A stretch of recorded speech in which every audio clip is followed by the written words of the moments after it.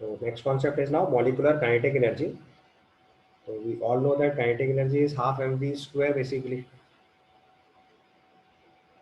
Kinetic energy हम लोग लिखते हैं हाफ एम वी स्क्वायर। तो अब अगर गैसेस के केस में ये लिखना है तो हम लोग यहाँ पे एवरेज काइनेटिक एनर्जी भी लिख सकते हैं, आरएमएस काइनेटिक एनर्जी भी लिख सकते हैं। तो अगर केवल मॉलिकुलर काइनेटिक एनर्जी पूछा जाता है तो हम लोग स्पीड यूज करते हैं आरएमएस वाली, और अगर एवरेज काइनेटिक एनर्जी बोलेंगे तो we can use the speed of average speed. तो अगर हमसे सीधे मॉलिकुलर काइनेटिक एनर्जी पूछा जाएगा तो मॉलिकुलर काइनेटिक एनर्जी जो हम लोग लिखते हैं, तो मॉलिकुलर काइनेटिक एनर्जी पर मोल अगर लिखें हम लोग सबसे पहले तो ये वैल्यू बनेगी half M into V R M S square. पर मोल लिख रहे हैं इसलिए मोलर मास यूज कर लिया है। इसको सिंप्लीफाई करेंगे तो आ जाएगा हाफ एम इंटू 3 RT/m। ये सिंप्लीफाई होकर आ जाएगा 3/2 RT। This is kinetic energy, molecular kinetic energy पर मोल हो गया।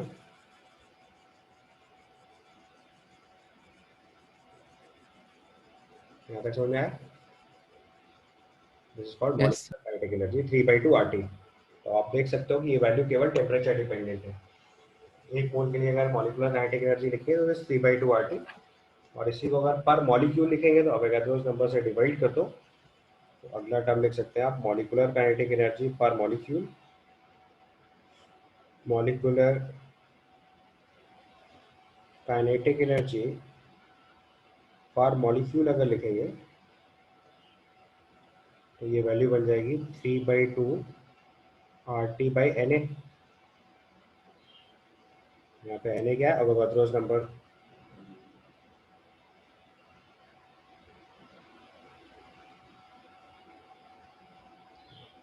और आपको बहुत सा टाइम बताया था कि R/Na को एक नया टर्म लिख देते हैं यहाँ पे, बोल्ट्जमैन कांस्टेंट K।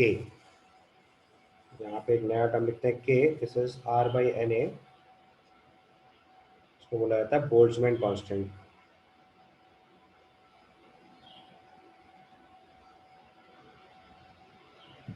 इसको बोलते हैं बोल्ट्जमैन कांस्टेंट। तो इसी वैल्यू को लिखा जा सकता है 3/2 KT। R/Na की जगह हम लोग नया कांस्टेंट लिख दे रहे हैं K, this is called Boltzmann constant, या कभी K के नीचे सबस्क्रिप्ट B भी लिख देते हैं, वो डिपेंड करता है। So this is Boltzmann constant. You can write simply 3/2 kT. So per mole लिखेंगे तो 3/2 RT, पर मॉलिक्यूल लिखेंगे तो 3/2 KT। अब देखो यहाँ से अगले टर्म पे चलते हैं हम लोग। This is called, next term is called degree of freedom. अगला टर्म लिखिए यहाँ पे degree of freedom.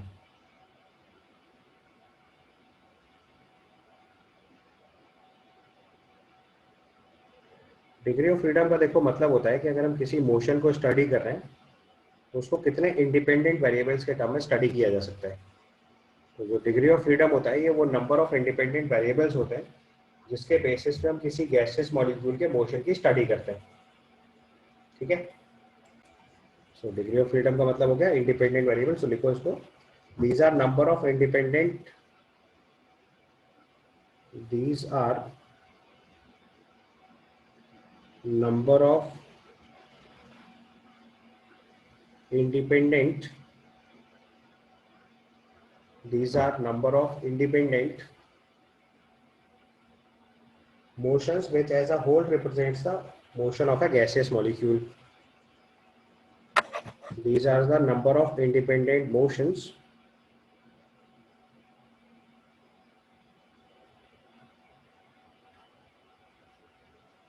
these are the number of independent motions which as a whole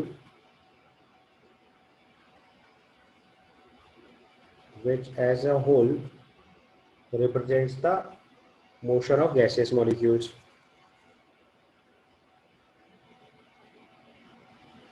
Represents the motion of, which as a whole represents the motion of gaseous molecule.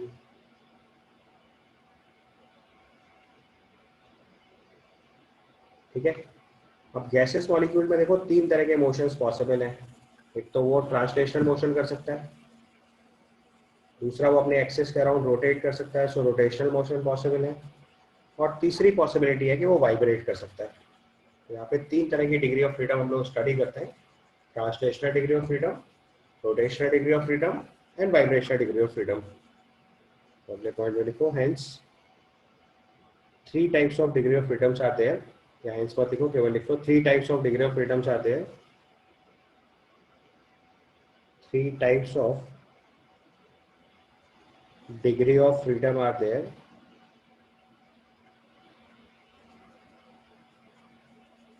3 types of degree of freedom are there. सबसे पहले point पे लिखेंगे translational degree of freedom,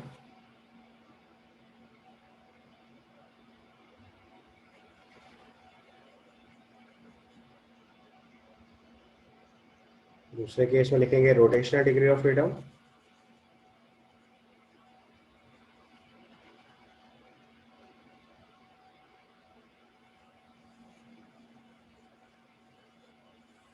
और तीसरा case लिखेंगे vibrational degree of freedom.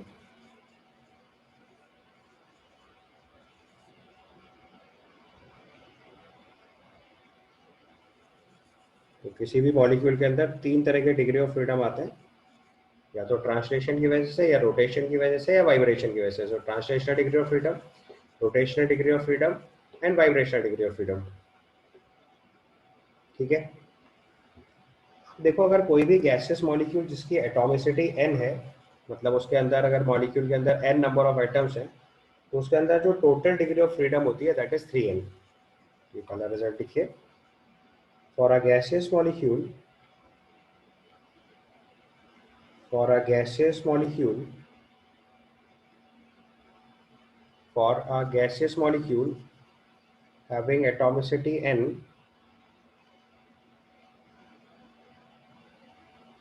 for a gaseous molecule having atomicity n, total degree of freedom,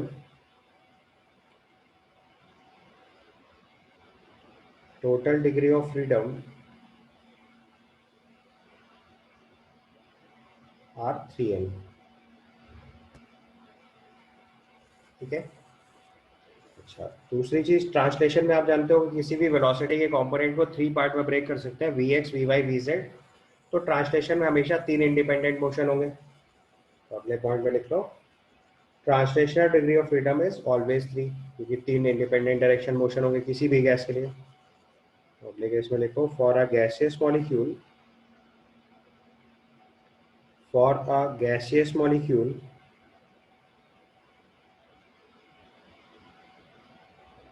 for a gaseous molecule, translational degree of freedom are always 3। For a gaseous molecule, translational degree of freedom are 3। ठीक है, अब rotational degree of freedom निकालने का तरीका क्या होता है कि अगर गैसियस मॉलिक्यूल हमारा लीनियर होता है तो रोटेशनल डिग्री ऑफ फ्रीडम 2 होते हैं, और अगर नॉन लीनियर होता है तो डिग्री ऑफ फ्रीडम 3 हो जाती है। तो अगले केस में लिखो, for a linear gaseous molecule, for a linear gaseous molecule, rotational degree of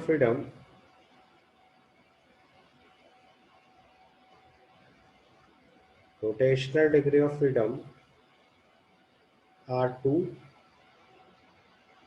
and for a non-linear system, and for a non-linear gas, for a non-linear gaseous molecule, rotational degree of freedom is R3। rotational degree of freedom R3। अब देखो total degree of freedom 3n पता है, translational degree of freedom 3 पता चल गई है, rotation 2 या 3 में से कोई एक होगा, तो वाइब्रेशनल डिग्री ऑफ फ्रीडम हमेशा निकल आएगा फॉर्मूले से। तीसरा केस हो गया vibrational degree of freedom, vibrational degree of freedom will be equal to 3n minus 5 linear के केस में it will be equal to 3n minus 6 for non-linear gas. ये समझ में आया कैसे? अगर लीनियर का केस होगा तो ट्रांसलेशन 3 और रोटेशन 2, 5 हो गए degree of freedom, total degree of freedom 3n हो गए, तो 3n में से 5 सब्ट्रैक्ट कर देंगे, तो लीनियर के केस में vibration degree of freedom 3n minus 5, और अगर नॉन लीनियर केस होगा तो ट्रांसलेशन भी 3 होगा और रोटेशन भी 3 होगा, तो टोटल डिग्री ऑफ फ्रीडम कितना होगा? 6, so it will become 3n minus 6. ये समझ गया? रोटेशन वाली बात समझ में आई? रोटेशन के लिए भी 3 इंडिपेंडेंट एक्सेस हो सकते हैं, X axes, Y axes, Z axes, तीनों एक्सेस के अराउंड रोटेट करोगे तो इंडिपेंडेंट बनेगा। लेकिन जो सिस्टम लीनियर होगा उसमें 2 एक्सेस एक जैसे हो जाएंगे, तो लीनियर सिस्टम के लिए रोटेशनल डिग्री ऑफ फ्रीडम 2 होगा, और नॉन लीनियर सिस्टम के लिए तो as usual X Y Z तीनों इंडिपेंडेंट एक्सेस होंगे, तो दैट विल बिकम 3। ठीक है, तो ये आपको आइडिया लग गया पहले डिग्री ऑफ फ्रीडम कैसे निकालना है।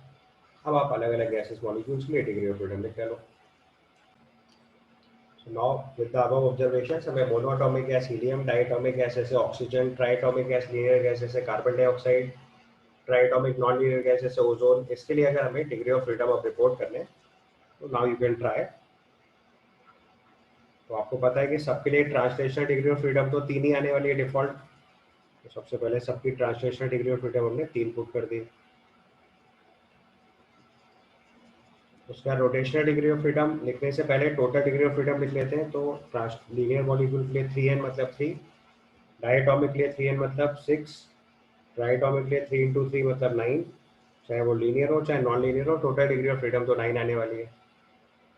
अब देखो translational degree of freedom monoatomic के 3 ऑलरेडी आ चुकी है और टोटल डिग्री ऑफ फ्रीडम भी 3 आनी है, तो इसका मतलब उसका रोटेशन और वाइब्रेशन 0 0 आएगा। उसका रोटेशन एंड वाइब्रेशन 0 ईच आ जाएगा। ठीक है, हाँ तो ओके। अब जो डायटॉमिक मॉलिक्यूल है O2, उसके लिए टोटल डिग्री ऑफ फ्रीडम 6 है, ट्रांसलेशन 3 हो गई है, मॉलिक्यूल डायटॉमिक है तो लीनियर जैसे ही केस होगा, तो उसकी rotational degree of freedom 2 count करेंगे, वाइब्रेशनल डिग्री ऑफ फ्रीडम 1 हो जाएगी।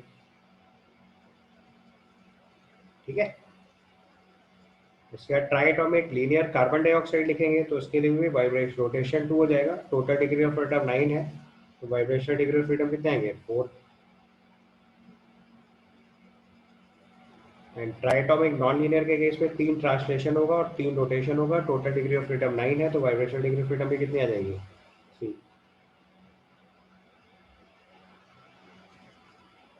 सर लीनियर का क्या मतलब होता है? रोटेशनल में लीनियर और नॉन लीनियर नहीं है। लीनियर का मतलब उसका स्ट्रक्चर ड्रॉ करेंगे तो लीनियर होना चाहिए। जैसे ऑक्सीजन मॉलिक्यूल कैसा होता है? O double bond O, carbon dioxide कैसा होता है? C double bond O, double bond O, linear. Ozone कैसा होता है? पेंट स्ट्रक्चर होता है, ये डबल बॉन्ड हो, एक कोऑर्डिनेट बॉन्ड हो, इतना स्ट्रक्चर तो मालूम ही होंगे। मतलब एज पर देयर स्ट्रक्चर लिखना है। अगर मॉलिक्यूल लीनियर है तो लीनियर जैसा, और लीनियर नहीं है तो नॉन लीनियर दूसरा केस होगा। जैसे वाटर सर लिखते आपने हैं। डायटोमिक O2 में क्या किया था? ठीक है, समझ में आ गई बात? तो लीनियर यस मतलब नॉन लीनियर मतलब जिसका स्ट्रक्चर नॉन लीनियर है। तो इससे आपको सबसे पहले डिग्री ऑफ फ्रीडम लिखने आने चाहिए। तो अब देखो अपना अगला क्वेश्चन है, find translational rotational vibrational degree of freedom for ammonia CH4 and C3O2। अब देखो सबसे पहले इनका थोड़ा बेसिक स्ट्रक्चर पता होना चाहिए। आई होप आप में से ज़्यादातर लोग जानते भी होंगे। तो अमोनिया जो होता है उसमें ऐसे 3 H होते हैं नाइट्रोजन से बॉन्डेड, और नाइट्रोजन के पास एक लोन पेयर होता है। CH4 का स्ट्रक्चर आपने पढ़ा होगा, टेट्राहेड्रल होता है, इतना तो 10th में ऑर्डर में पढ़ाया जाता है। ये 4 बॉन्ड हो गए CH4। और C3O2 हम लोगों ने रेडॉक्स रिएक्शन के टाइम सीखा था, ये लीनियर सिस्टम होता है। ऑक्सीडेशन नंबर निकालना सिखाया था मैंने आपको, तीनों कार्बन का अलग अलग, तब उसका स्ट्रक्चर बताया था। This is C3O2। अब देखो पहले 2 स्ट्रक्चर नॉन लीनियर हो गए हमारे लिए, और तीसरा वाला स्ट्रक्चर लीनियर हो गया। और अगर इनकी एटॉमिसिटी और साथ में लिखें तो atomicity for ammonia is 4, 4 atom है इसमें। For CH4 it is 5, and for another molecule it is also 5। बस ये C3O2 जो है ये लीनियर है, बाकी CH4 और अमोनिया जो दोनों है वो नॉन लीनियर है। नॉन तो this is linear and other two are non linear. बस अब इनकी डिग्री ऑफ फ्रीडम लिखना शुरू करो। तो टोटल डिग्री ऑफ फ्रीडम अगर अमोनिया के लिए लिखेंगे तो 3 into 4 मतलब 12। CH4 के लिए लिखेंगे तो 5 into 3 15 और C3O2 के लिए लिखेंगे तो अगेन 5 into 15. अच्छा ट्रांसलेशनल डिग्री ऑफ फ्रीडम सबके लिए 3 आएगी। तो Yes, sir. Rotational degree of freedom linear में 2 होता है, तो C3O2 में 2 हो गया, बाकी दोनों में 3 3 हो गया। Yes Yes, sir. अब वाइब्रेशनल डिग्री ऑफ फ्रीडम निकालनी है तो कैसे निकालेंगे? 12 माइनस 6 करेंगे तो ये 6 आ गया, 15 माइनस 6 करेंगे तो ये 9 आ गया और 15 माइनस 5 करेंगे तो ये 10 आ गया। ये आपकी डिग्री ऑफ फ्रीडम हो गई। तो देखो हर डिग्री ऑफ फ्रीडम में जो मोशन है वो एक दूसरे से इंडिपेंडेंट है। तो हम लोग टर्म यूज कर रहे हैं from law of equi partition of energy. Law of equi partition of energy का मतलब होता है कि हर डिग्री ऑफ फ्रीडम के करस्पॉन्डिंग जो एनर्जी है वो फिक्स्ड है। So from law of equipartition of energy, if I go for translational kinetic energy per mole per degree of freedom, तो ये RT/2 आ जाएगा। कैसे RT/2 आएगा? अभी हम लोगों ने देखो जब सबसे पहले आपको पिछले क्लास में सबसे पहले हम लोगों ने क्या करा था, एक क्यूबिकल बॉक्स के अंदर प्रेशर निकालना सीखा था। तो हमने इस मॉलिक्यूल के 3 इंडिपेंडेंट मोशन कंसीडर किए थे, एक Vx1, एक Vy1, एक Vz1, यानी कि हमने इसकी स्टडी करी थी 3 डिग्री ऑफ फ्रीडम के लिए। ठीक है, तो जब इसके स्टडी आपने 3 डिग्री ऑफ फ्रीडम के लिए करी थी तब हमने इसकी जो आरएमएस स्पीड निकाली थी that comes out to be √3 RT/m। Okay यहाँ तक। और फिर अभी हमने आज इसकी काइनेटिक एनर्जी कैलकुलेट करी तो वो हमने निकाला कितना, 3/2 RT। तो देखो हमने जब पहले दिन क्यूबिकल बॉक्स के लिए मॉलिक्यूल की स्टडी करी थी तो उसके 3 कंपोनेंट माने थे, Vx1, Vy1, Vz1। वहाँ हमने रोटेशन नहीं कंसिडर करा था, केवल ट्रांसलेशन मोशन स्टडी किया था। ट्रांसलेशन मोशन में हमने 3 कंपोनेंट लिए थे, Vx1, Vy1, Vz1। तो 3 इंडिपेंडेंट मोशन स्टडी करे थे और उन 3 इंडिपेंडेंट मोशन की वजह से जो हमारी काइनेटिक एनर्जी सॉल्व होकर आई वो कितनी आई, 3/2 RT। तो 3 डिग्री ऑफ फ्रीडम के लिए एनर्जी 3/2 RT है। तो पर डिग्री ऑफ फ्रीडम कितनी एनर्जी बनेगी, 3/2 RT/3, दैट इज RT/2 यही यूज कर रहे हैं। सो हमने वही टर्म लिखा है नीचे कि ट्रांसलेशनल डिग्री ऑफ फ्रीडम 3 होते हैं और जो हम लोगों ने ट्रांसलेशनल काइनेटिक एनर्जी निकाली थी दैट वाज 3/2 RT। ट्रांसलेशनल क्यों बोल रहे हैं, क्योंकि हमने जो वेलोसिटी VRMS निकाली थी वो कैसे निकाली थी, मॉलिक्यूल के ट्रांसलेशनल मोशन से। तो ट्रांसलेशनल काइनेटिक एनर्जी पर मोल पर डिग्री ऑफ फ्रीडम कितना बनेगा, RT/2। आप इसे डायरेक्ट भी याद रख सकते हो क्योंकि क्वेश्चन में डायरेक्टली यूज किया जा सकता है। समझना है कैसे आया, तो मैंने आपको समझाया कि अभी हम लोगों ने जब मॉलिक्यूल की स्टडी करी थी तो उसके 3 कंपोनेंट बनाए थे, Vx1, Vy1, Vz1। 3 independent direction के मोशन की स्टडी करी थी तो उसकी जो काइनेटिक एनर्जी आई थी दैट वाज 3/2 RT। तो उसकी डिग्री ऑफ फ्रीडम 3 थी, 3 डिग्री ऑफ फ्रीडम के लिए एनर्जी आ रही थी 3/2 RT। तीनों मोशन एक दूसरे से इंडिपेंडेंट थे, इसलिए हम पर डिग्री ऑफ फ्रीडम इसको RT/2 लिख सकते हैं। This is called law of equipartition of energy, मतलब हर डिग्री ऑफ फ्रीडम के लिए एनर्जी इक्वली डिस्ट्रीब्यूट हो जा रही है। ठीक है, तो ट्रांसलेशनल काइनेटिक एनर्जी पर मोल पर डिग्री ऑफ फ्रीडम होती है RT/2। ट्रांसलेशनल काइनेटिक एनर्जी पर मॉलिक्यूल पर डिग्री ऑफ फ्रीडम लिखेंगे तो KT/2। ठीक है, आप फिजिक्स में आप ये चीज सीखोगे कि ट्रांसलेशनल मोशन और रोटेशनल मोशन में सिमेट्री होती है। तो जो भी रोटेशनल वेरिएबल्स होते हैं और ट्रांसलेशनल वेरिएबल्स होते हैं उनको रोटेशनल वेरिएबल से रिप्लेस कर देते हैं, बट टेम्परेचर का ना तो ट्रांसलेशन से कोई कनेक्शन होता है ना रोटेशन से कोई कनेक्शन होता है। तो इसलिए रोटेशनल काइनेटिक एनर्जी पर मोल पर डिग्री ऑफ फ्रीडम भी वही आ जाती है जो हमारी ट्रांसलेशन के लिए आ रही थी, तो सेम वैल्यू आ जाती है RT/2। और काइनेटिक एनर्जी पर डिग्री ऑफ फ्रीडम अगर रोटेशन के लिए लिखेंगे तो ये KT/2। और वाइब्रेशनल मोशन जो होता है वो translational motion plus rotational motion का कॉम्बिनेशन होता है, इसलिए दोनों का सम ले लेते हैं। यहाँ ये वैल्यू देखो डबल होके आ गई, RT एंड KT। तो ट्रांसलेशनल काइनेटिक एनर्जी पर मोल पर degree of freedom RT/2। Translational kinetic energy पर डिग्री ऑफ फ्रीडम इज पर मॉलिक्यूल इज KT/2। ट्रांसलेशन और रोटेशन में सिमेट्री होती है तो जो ट्रांसलेशनल काइनेटिक एनर्जी थी वही रोटेशनल काइनेटिक एनर्जी बन गई, क्योंकि टेम्परेचर ना तो ट्रांसलेशनल मोशन पे डिपेंडेंट है ना रोटेशनल मोशन पे डिपेंडेंट है, तो that energy is also same. तो रोटेशनल काइनेटिक एनर्जी पर degree of freedom is RT/2 and rotational kinetic energy per molecule per degree of freedom is KT/2। and the last one vibrational degree of freedom जो होता है, तो vibration is a combination of translation plus rotation। इसलिए vibrational kinetic energy जो है वो दोनों के कॉम्बिनेशन से आ रही है, तो it is RT, and vibrational kinetic energy पर मॉलिक्यूल पर डिग्री ऑफ फ्रीडम लिखेंगे तो ये केटी। ठीक, अब बस यहाँ पे एक पॉइंट और याद रखना है कि जो वाइब्रेशनल डिग्री ऑफ फ्रीडम होती है वो एक्चुअली में हाई टेम्परेचर पे एक्टिव होती है। नॉर्मली जब टेम्परेचर कम होता है तो vibrational degree of freedom active नहीं होती है, इसलिए फिजिक्स की स्टडी जब भी करेंगे वहाँ वाइब्रेशनल डिग्री ऑफ फ्रीडम को उतना वैल्यूएबल नहीं रखा जाता है और उतने प्रायोरिटीज में स्टडी नहीं करते।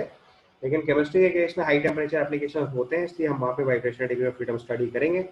तो लास्ट में बस ये एक पॉइंट ऐड कर लेना है सीधे सीधे, vibrational degree of freedom is only activated eight high temperature.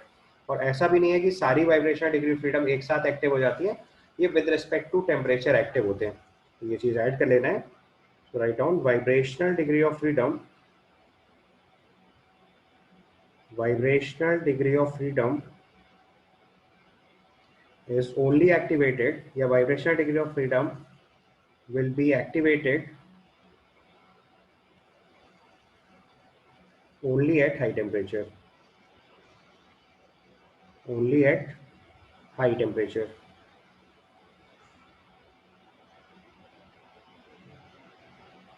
Vibrational degree of freedom will be activated only at high temperature. As we increase temperature, as we increase temperature, as we increase temperature,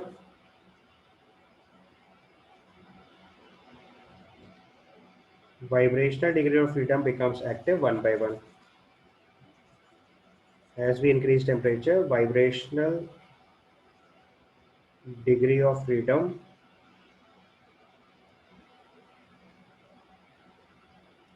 activates one by one. तो जैसे जैसे temperature बढ़ाते चले जाएंगे वैसे वैसे vibrational degree of freedom active होती चली जाएगी। तो अगर मान लो किसी क्वेश्चन में बोला गया कि केवल 20% vibrational degree of freedom active है, तो आपको जितनी वाइब्रेशनल डिग्री ऑफ फ्रीडम है उसका 20% ले लेना है। 60% एक्टिव है तो 60% ले लेना है। तो जितनी भी वाइब्रेशनल डिग्री ऑफ फ्रीडम बोलेंगे बस उतनी ही एक्टिव करनी है। सो वाइब्रेशनल डिग्री ऑफ फ्रीडम जो है वो 1 by 1 एक्टिव होती है। ठीक है, पॉइंट समझ आ गया। तो काइनेटिक एनर्जी पर मोल पर डिग्री ऑफ फ्रीडम लिखेंगे तो kT/2, काइनेटिक एनर्जी पर degree of freedom of rotation लिखेंगे तो अगेन RT/2, और वाइब्रेशन के लिए लिखेंगे तो ये भी RT/2। समझ में आएगा concept? Okay, so will stop here. Okay, so write down the question. Calculate total kinetic energy of 5 moles of helium at 27 degree Celsius. पिछला कॉन्सेप्ट समझ गया था आप लोग। Vibrational degree of freedom will be activated only at high temperature. As we increase temperature vibrational degree of freedom becomes active one by one. मतलब जैसे जैसे आप टेम्परेचर बढ़ाते जाओगे vibrational degree of freedom active होती जाएगी। बहुत हाई टेम्परेचर पे जाके सारी vibrational degree of freedom active हो जाती है। So we are solving a question. I said calculate the kinetic total kinetic energy of 5 moles of helium at 25 degree Celsius. तो आपको देखो यहाँ सबसे पहले क्लिक करना चाहिए, हीलियम जो है वो मोनोएटॉमिक गैस है। हीलियम मोनोएटॉमिक गैस है तो इसकी ट्रांसलेशनल डिग्री ऑफ फ्रीडम 3 हो जाएगी और बाकी डिग्री ऑफ फ्रीडम इसलिए 0 होगी क्योंकि टोटल डिग्री ऑफ फ्रीडम भी इसकी 3 है। तो हीलियम मोनोएटॉमिक गैस और translational degree of freedom is equal to 3, और काइनेटिक एनर्जी पर मोल पर डिग्री ऑफ फ्रीडम हम लोगों ने ऑलरेडी निकाली हुई 3/2 RT। तो 5 मोल्स के लिए पता है तो we have to multiply it. पर मोल अगर एनर्जी निकालेंगे और इसको 5 से मल्टीप्लाई कर देंगे, राइट, तो आपकी टोटल काइनेटिक एनर्जी यहाँ से आ जाएगी। So helium is a monoatomic gas, so it's translational degree of freedom is equal to 3। तो इसकी अगर काइनेटिक एनर्जी लिखेंगे तो पर मोल पर degree of freedom kinetic energy 3/2 RT/2 होती है। ट्रांसलेशनल डिग्री ऑफ फ्रीडम 3 है तो ये पर डिग्री ऑफ फ्रीडम हटा, 3 डिग्री ऑफ फ्रीडम के लिए टोटल एनर्जी हो गई RT/2 इंटू 3, और इसके 5 मोल्स है तो उससे मल्टीप्लाई कर देंगे तो इस पर जूल्स टोटल एनर्जी हो जाएगी। और टेम्परेचर आपको 27 डिग्री सेल्सियस दिया है तो सॉल्व इट। तो 3 into 5 into 8.31 into temperature 300 kelvin by 2, simplify करेंगे ये आपकी टोटल काइनेटिक एनर्जी सॉल्व होकर आ जाएगी for helium.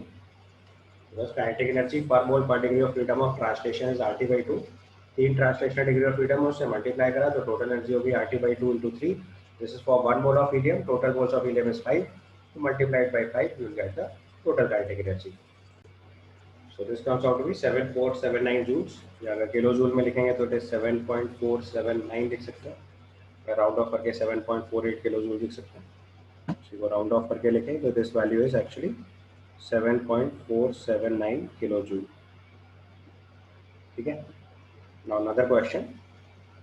Calculate total kinetic energy of 3 moles of C3O2 at 927 degrees Celsius, assuming only 40% of vibrational degree of freedom active at this temperature and the ideal behavior. मतलब आपको gas का ideal behavior consider करना है और vibrational degree of freedom केवल 40% active है. अब देखो इसको सॉल्व करेंगे अगर हम तो C3O2 जो हमारे लिए है, this is pentatonic, 5 एटम है इसके अंदर. This is pentatonic linear gas. Pentatomic linear gas, right. तो हम इसके पहले 1 मोल के लिए काइनेटिक एनर्जी निकाल लेते हैं, बाद में 3 से मल्टीप्लाई कर देंगे. सो सबसे पहले ट्रांसलेशनल काइनेटिक एनर्जी अगर हम निकाल रहे हैं तो उसकी ट्रांसलेशनल डिग्री ऑफ फ्रीडम 3 होगी. So it is RT/2 into 3. ठीक है. उसके बाद इसकी रोटेशनल काइनेटिक एनर्जी अगर हम लिखेंगे तो रोटेशनल डिग्री ऑफ फ्रीडम इसकी 2 होगी. So rotational kinetic energy will be RT/2 into 2. और उसके बाद वाइब्रेशनल काइनेटिक एनर्जी अगर लिखेंगे हम तो it must be RT into vibrational degree of freedom. But vibrational degree of freedom केवल 40% एक्टिव बोल रहे हैं. तो एक बार जरा C3O2 की vibrational degree of freedom check करो.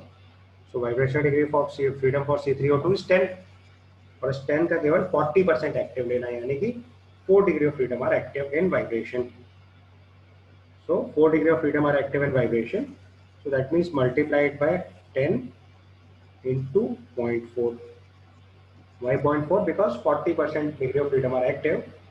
तो इसको अगर हम 1 by 1 सॉल्व कर लें तो ये 1.5 RT आ गया, ये वैल्यू आपकी RT आ गई और ये वैल्यू सॉल्व होकर आ गई 4 RT. ठीक है. तो ट्रांसलेशनल काइनेटिक एनर्जी ये सब पर मोल में हमने निकाला हुआ है. पेंटाटॉमिक गैस फॉर 1 मोल C3O2, आपकी translational kinetic energy, rotational kinetic energy, vibrational kinetic energy. अब अगर आपको टोटल काइनेटिक एनर्जी निकालनी है या और बेटर रहेगा यहाँ पे आप काइनेटिक एनर्जी पर मोल ही लिख लो तो सेफ रहेगा. ठीक है. तो right it down, kinetic energy पर मोल. अब अगर हम टोटल काइनेटिक एनर्जी लिखेंगे तो हमारे पास देखो 3 मोल गैस है, तो नंबर ऑफ मोल्स इनटू पर मोल में जितनी एनर्जी है that is 1.5 RT plus RT plus 4 RT. इसको सिंप्लीफाई कर लो. So this comes out to be 6.5 into 3, 19.5 RT value आ जाएगी अपने पास. सो 19.5 RT. उसको सॉल्व कर दें तो 19.5 इंटू R की जगह 8.31 और टेम्परेचर 927 डिग्री सेल्सियस है. इसको केल्विन में कन्वर्ट कर लो. सो 927 plus 273, so this is 1200 kelvin. Okay, this is the temperature. R की वैल्यू 8.31. तो ये आपकी टोटल वैल्यू सॉल्व हो क्या रहेगी 194 किलो जूल के आसपास. ठीक है. इंटू 10 to the power -3 और मल्टीप्लाई कर दे रहा हूँ तो किलो जूल्स में आंसर आ जाएगा 194.45 kilo joule. Yeah. Then to the next question. Next question is given the atomic masses of helium and neon are 4 and 20 MU respectively. The value of de Broglie wavelength of helium at -73 degrees Celsius is m times the de Broglie wavelength of neon at 727 degrees Celsius. यहाँ पे देखो helium and neon are monoatomic gas. Monoatomic gas, helium and neon are monoatomic gases. ठीक है. अब अगर हम इसकी kinetic energy सबसे पहले रिपोर्ट करें तो काइनेटिक एनर्जी पर मोल अगर लिखेंगे this comes out to be 3/2 RT, क्योंकि ट्रांसलेशनल डिग्री ऑफ फ्रीडम 3 लेंगे, राइट. तो और अगर हम काइनेटिक एनर्जी अब अलग लिखें तो kinetic energy of helium if you right, so this comes out to be 3/2 R into temperature दिया है minus 73 degree Celsius means 200. Okay, so this comes out to be 300 R. और काइनेटिक एनर्जी ऑफ नियॉन अगर calculate करेंगे ये आएगा 3/2 R into T. Temperature दे रखा है 727, so that is 1000 Kelvin. 727 is 1000 Kelvin. So into 1000, this comes out to be 1500 R. और de Broglie wavelength का जो फॉर्मूला होता है, de Broglie wavelength is under root of h upon 2. De Broglie wavelength का formula लिखेंगे तो this is h upon under root of 2m into K. तो de Broglie wavelength of helium अगर लिखेंगे तो एक मोल के लिए लिख रहे हैं हमें बेसिकली, क्योंकि हम काइनेटिक एनर्जी पर मोल से लिख रहे हैं, तो मास भी एक मोल के लिए लिख रहे हो तो 2 into molar mass of helium is 4 grams में है, तो केजी में कन्वर्ट कर लो 10⁻³ और kinetic energy 300 R. And then de Broglie wavelength of neon if we'll calculate, this is h upon under root of 2m into 20 into 10 to the power -3 into 1500 R. अब दोनों का ratio पूछा गया है, so de Broglie wavelength of helium by neon will come out to be h cancel हो जाएगा, 2 into 10⁻³ cancel हो जाएगा. Okay, so this comes out to be root over 20 into 1500 by 4 into 300, and this comes out to be 5. So आपसे पूछा गया है de Broglie wavelength of helium और neon का रेशियो कितना है, तो 5 बन जा रहा है यहाँ पे.